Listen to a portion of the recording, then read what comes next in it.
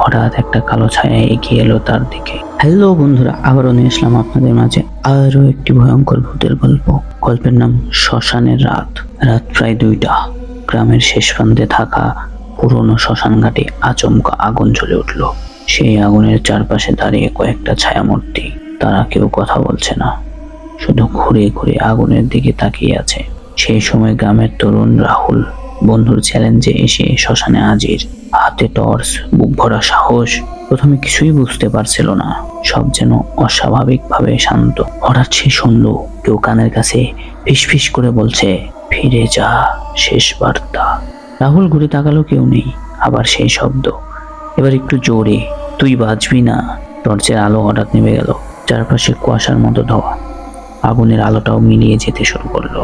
হঠাৎ একটা কালো ছায়া এগিয়ে এলো তার দিকে। চোখ নেই, মুখ নেই, কিন্তু সে হাসছে, একটা ঠান্ডা বিকৃত হাসি।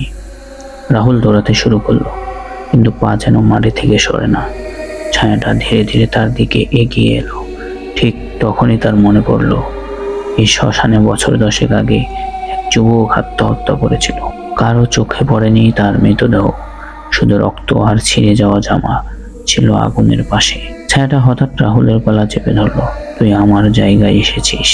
তারপর আর কিছু মনে নেই রাহুলের। সকালে গ্রামের লোক তাকে অজ্ঞান অবস্থায় খুঁজে পায়, কিন্তু সে আর কথা বলে না। কেমন লাগলো গল্পটি অবশ্যই কমেন্ট করে জানান এবং সাবস্ক্রাইব করতে ভুলবেন না। আরও এরকম নতুন নতুন গল্প পেতে সাবস্ক্রাইব করে আমাদের সাথেই থাকুন। ধন্যবাদ।